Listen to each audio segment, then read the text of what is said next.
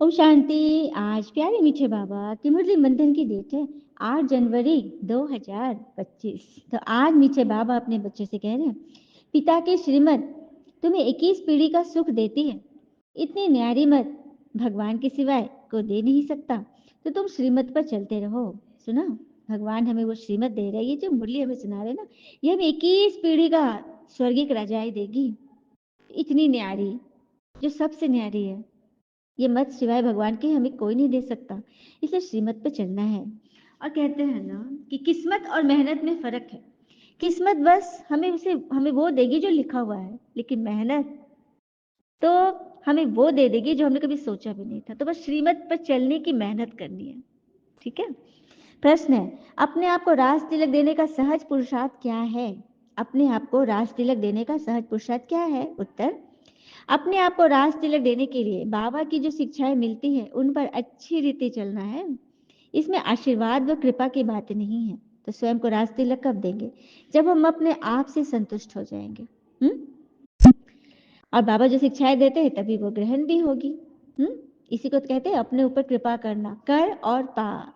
दूसरी point, follow father करो, दूसरे को नहीं दिखना है। मन मना भव, इससे अपने को आपे ही तिलक मिलता है। पढ़ाई और याद की यात्रा से तुम बेगर टू प्रिंस बनते हो। सुना, अपने आप ही तिलक में, राज तिलक हम खुद ही ले लेते हैं। और ये पढ़ाई और याद की यात्रा से हम बेगर टू प्रिंस बनते। अभी बेगर है किस चीज के? फलाने ने ऐसे किया, उसने वैसे किया, बस इसका उसका किंतु परंतु में ही फंसे हुए हैं, पड़े हुए हैं। सब कुछ है, धन वैभव घर में सब कुछ है, हर तरह की सुविधा है, लेकिन फिर भी मन कहाँ न कहाँ फंसा हुआ है, अटका हुआ है। तो उससे भगवान हमें प्रिंस बना रहे। प्रिंस अर्थात ऐसा प्रिंस जिसके जिसके मन में सदा बसंत बहार है, कोई बात ही नहीं हो। कहते हैं ना, सुंदर सा एक पोस्ट है, 5 मिनट से ज्यादा सीरियस मत रहा करो, क्योंकि हम संसार में हैं, हम आईसीयू में नहीं है। ठीक है, इसीलिए खुश रहिए। जो आईसीयू में जो रहते हैं उनका सोचिए कि कितने दर्द में है, जो बीमार है। हम तो एकदम स्वस्थ है, फिर भी हम मन के आईसीयू में रहे, मन के तूफान में रहे, वो भी है मन का आईसीयू, है ना। मन को गड्ढे में डाल देना, तो उससे बचाओ अपने आप को, अपने ऊपर कृपा कर लो। गीत है, ओ सूरज पूरब से जब सूरज निकले, सिंदूरी घन छाए, पवन के पंख में मुपुर बाजे, मयूर मन मेरा गाए, मन मेरा गाए। ओम नमः शिवाय, ओम नमः शिवाय, ओम नमः शिवाय।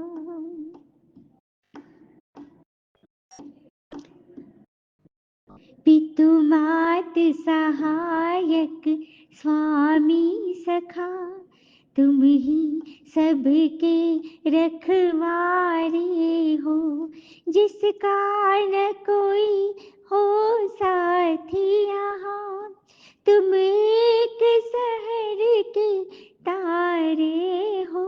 पितु मात सहायक स्वामी सखा, तुम ही सबके रखवाले हो। ओम नमः शिवाय अर्थात मैं आत्मा अपने परमात्मा शिव को नमन करती हूँ, याद करती हूँ। ओम शांति। जब बाप और दादा दोनों ओम शांति कहते हैं तो इसका मतलब दोनों है, एक में दोनों है। एक है अव्यक्त, दूसरा है व्यक्त। अव्यक्त अर्थात शिव बाबा जिसको कोई देख ना सके, निराकार। दूसरा है व्यक्त, ब्रह्म पिता शरीर में, लेकिन दोनों इकट्ठे हैं। ठीक है, यही तो, इसलिए तो उनको हम लोग कहते हैं बाप दादा। दुनिया में ये कोई नहीं जानते कि परमात्मा किस शरीर में आकर बैठे और हमें ज्ञान सुना रहे। कहाँ भी लिखा हुआ भी नहीं, इसलिए तो लोग मानते नहीं। बाबा ने कल पहले भी कहा था, अभी भी कहते, मैं साधारण तन में बहुत जन्मों के अंत में प्रवेश करता हूँ, इनका आधार लेता हूँ। सतयुग में इनका पहला जन्म था श्री कृष्ण के रूप में, अभी लास्ट में ये वानप्रस्थ अवस्था में है, वृद्ध अवस्था में है, जिनमें मैं प्रवेश करता हूँ। तो इनके लिए कहते हैं, ये नहीं जानते, ब्रह्मा नहीं जानता कि उसने कितने जन्म लिए हैं। मुझे सब पता है, इसके 84 जन्मों का हिसाब मुझे पता है, स्वयं भगवान कह रहे हैं। हाँ, शास्त्रों में 84 लाख जन्म लिख दिया है। ये सब है भक्ति मार्ग। ज्ञान मार्ग अलग है, भक्ति मार्ग अलग है। भक्ति करते करते तुम उतरते ही आए, यह ज्ञान तो तुम्हें एक ही बार मिलता है, चढ़ती कला वाला। बाबा एक ही बार आकर सबकी सदगति करने आते हैं। बाबा आकर सबकी एक ही प्रारंभ बनाते हैं, भविष्य की सत्यों की रजाई देने की, राजधानी स्थापन कर रहे, इसलिए तो इसको राजयोग कहा जाता है। इनका बहुत महत्व है। चाहते हैं भारत का प्राचीन राज्यों को सिखलावे, परंतु आजकल ये सन्यासी लोग बाहर जाकर कहते हैं हम प्राचीन राज्यों सिखलाने आए हैं, परंतु ये जानते ही नहीं कि स्वयं पर राज करना तो कोई भाई तो सिखा ही नहीं सके, क्योंकि सन्यासी में भाई हो गए ना, आत्मा आत्मा तो भाई भाई है ना। बाबा समझाते हैं योग बल से तुम पैराडाइज के मालिक बनते हो। पैराडाइज स्थापन किया है बाबा ने, कैसे स्थापन करते यह कोई नहीं जानते, इसलिए तो बाबा बोलते आओ जानो, मैं राजयोग द्वारा पैराडाइज स्थापन कर रहा हूँ, आओ आकर सीखो, मैं ही तुम सब पतितों को पावन बनाने वाला हूँ। जरूर फिर पतित बनाने वाला भी कोई होगा। रावण, अभी तुम जज करो, बरोबर ऐसे है ना, यही बात है ना, उसने तुम्हें पतित बनाया, अब मैं आकर तुम्हें पावन बना रहा हूँ। और अच्छा अच्छा संग सिखाते हैं। आइए संगति पर एक कथा सुन लेते हैं। धन पुत्र वही जो परमार्थ में लगे। एक सेठ बड़ा साधु सेवा भावी था, बहुत संत टाइप का था साधु सेठ। जो भी संत महात्मा नगर में आते वह उन्हें अपने घर बुलाकर उनकी खूब सेवा किया करते ना, खातिरी करता था। एक बार एक महात्मा जी सेठ के घर आए। सेठानी महात्मा जी को भोजन कराने लगी। सेठ जी उस समय किसी काम से बाजार गए हुए थे। भोजन करते करते महात्मा जी ने स्वाभाविक ही सेठानी से कुछ प्रश्न किए। पहला प्रश्न यह किया कि तुम्हारे बच्चे कितने हैं देवी। सेठानी ने उत्तर दिया, ईश्वर की कृपा से 4 बच्चे हैं महात्मा जी। फिर उन्होंने दूसरा प्रश्न किया, तुम्हारा धन कितना है। उत्तर मिला, महाराज ईश्वर की अति कृपा है, लोग हमें लखपति कहते हैं। महात्मा जी अब भोजन कर चुके थे तो सेठ जी भी बाजार से वापस आ गए और सेठ जी महात्मा जी को विदा करने के लिए साथ चल दिए। मार्ग में महात्मा जी ने वही प्रश्न सेठ से भी किए, तो जो उन्होंने सेठानी से पूछे तो वही प्रश्न किए। पहला प्रश्न, तुम्हारे बच्चे कितने हैं। सेठ ने कहा, महाराज मेरा एक पुत्र है। महात्मा जी दिल में सोचने लगे, ऐसा लगता है कि सेठ जी झूठ बोल रहे हैं। इनकी पत्नी तो कहती थी कि 4 बच्चे हैं और हमने स्वयं भी 3-4 बच्चे आते जाते देखा, और यह कह रहा है कि मेरा एक ही पुत्र है। महात्मा जी तुरंत दोबारा प्रश्न किया, सेठ जी तुम्हारा धन कितना है। सेठ जी ने उत्तर दिया, मेरा धन 25,000 रुपया है मात्र। महाराज जी फिर चकित हो गए। इनकी सेठानी तो कहती कि इनको लोग लखपति कहते हैं, इनके इतने कारखाने कारोबार चल रहे हैं और ये कहते सिर्फ धन 25,000 रुपये है। महात्मा जी ने अब तीसरा प्रश्न किया, तुम्हारी आयु कितनी है। सेठ जी ने कहा, महाराज मेरी आयु 40 वर्ष की है। महात्मा जी ये उत्तर सुनकर हैरान हो गए।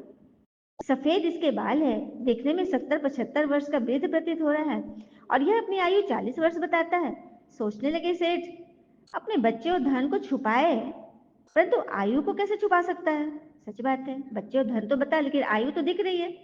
महात्मा जी रह न सके और बोले, सेठ जी ऐसा लगता है कि आप झूठ बोल रहे हो। सेठ जी ने हाथ जोड़कर विनय की, महाराज झूठ बोलना तो वैसे ही पाप है और विशेषकर संतों के साथ झूठ बोलना तो बड़ा भारी पाप है। आपका पहला प्रश्न मेरे बच्चों के विषय में था। वस्तुतः मेरे 4 पुत्र हैं, किंतु मेरा आज्ञाकारी पुत्र तो एक ही है, भक्ति भाव पूजा पाठ में जो लगा हुआ है। मैं उसी को अपना एकमात्र पुत्र मानता हूँ। जो मेरी आज्ञा में नहीं रहते, कुसंग में रहते, वे मेरे पुत्र कैसे। दूसरा प्रश्न आपका मेरा धन के विषय में था। महाराज मैं उसी को अपना धन समझता हूँ जो परमार्थ की राह में लगे। मैंने जीवन भर में 25,000 रुपये ही परमार्थ की राह में लगाए हैं अब तक, वही मेरी असली पूंजी है। जो धन मेरे मरने के बाद मेरे पुत्र बंधु संबंधी ले जाएंगे वह तो मेरा होकर भी मेरा न हुआ ना। तीसरे प्रश्न में आपने मेरी आयु पूछी। 40 वर्ष पूर्व मेरा मिलाप एक संत जी से हुआ था। उनकी सेवा चरण शरण ग्रहण करके गुरु धारण किया मैंने, तब से भजन अभ्यास और साधु सेवा कर रहा हूँ। इसीलिए मैंने अपनी आयु 40 वर्ष ही बताई, क्योंकि उसी वर्ष में मुझे ज्ञान मिला। ये तो हम सबकी कहानी है ना। कबीर संगत साध की साहब आवे याद, लेखे में सोई घड़ी बाकी दे दिन बाद। अर्थात जब कभी संत महापुरुषों का मिलाप होता है, उनकी संगति में जाकर मालिक की याद आ जाती है, भगवान की। वास्तव में वही घड़ी सफल है, शेष दिन जीवन के तो निरर्थक ही है। तो अब इस पर आप लोग का क्या विचार है। हम सब जब भी जीवन में भगवान का परिचय मिला, भगवान के बने, उस दिन से हमारा ये नया जीवन है। तो मैं आत्मा 12 वर्ष की हूँ, ठीक है।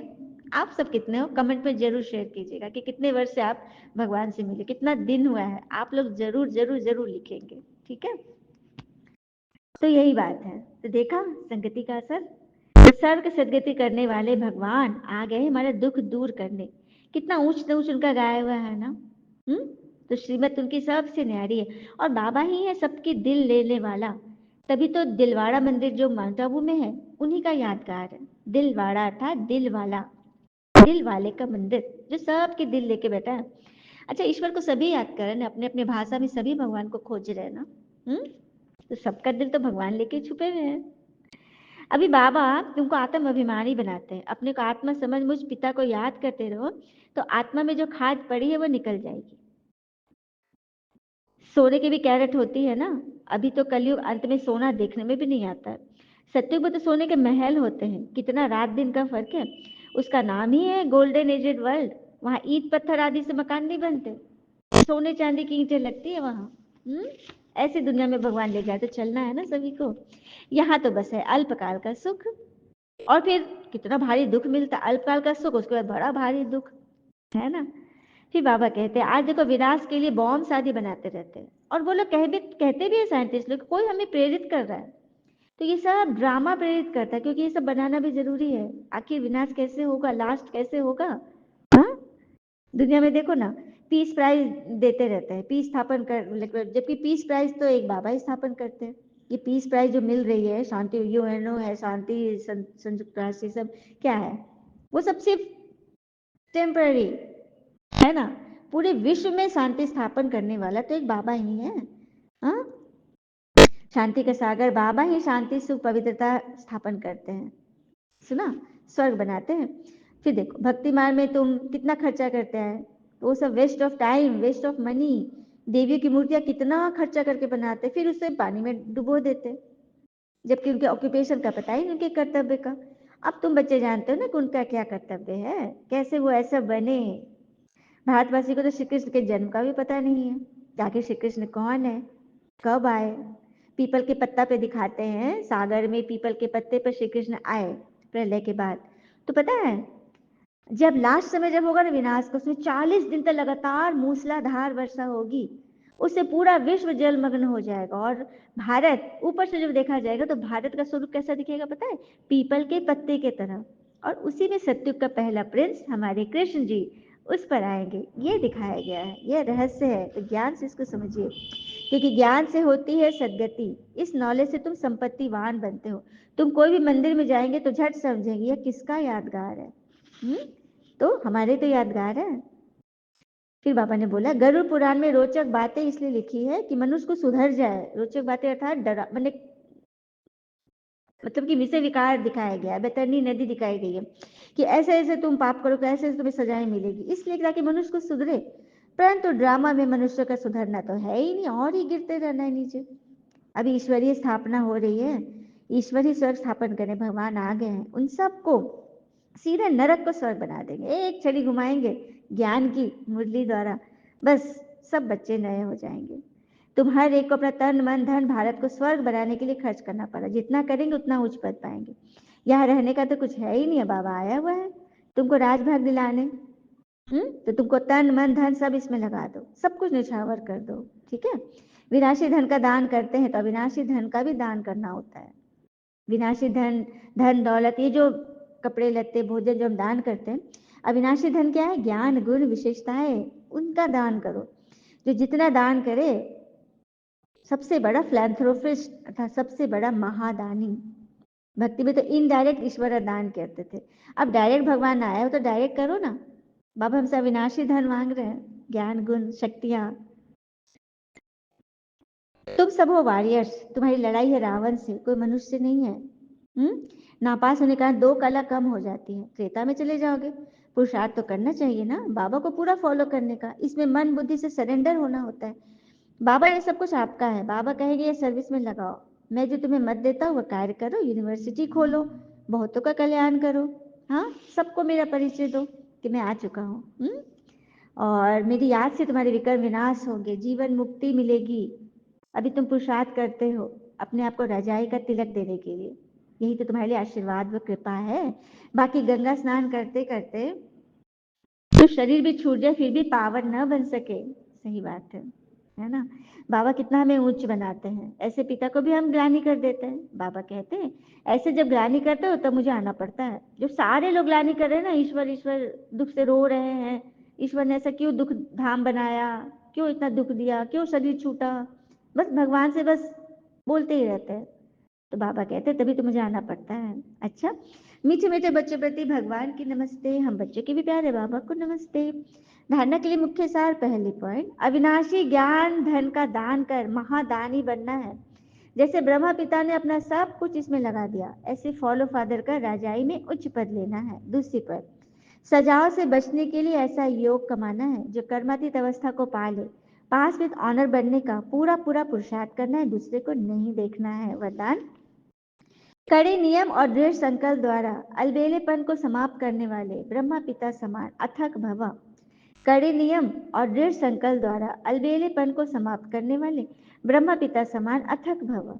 ब्रह्मा पिता समान अथक बनने के लिए अलबेलेपन को समाप्त करो। इसके लिए कोई कड़ा नियम बनाओ, दृढ़ संकल्प करो, अटेंशन रूपी चौकीदार सदा अलर्ट रहे, तो अलबेलापन समाप्त हो जाएगा।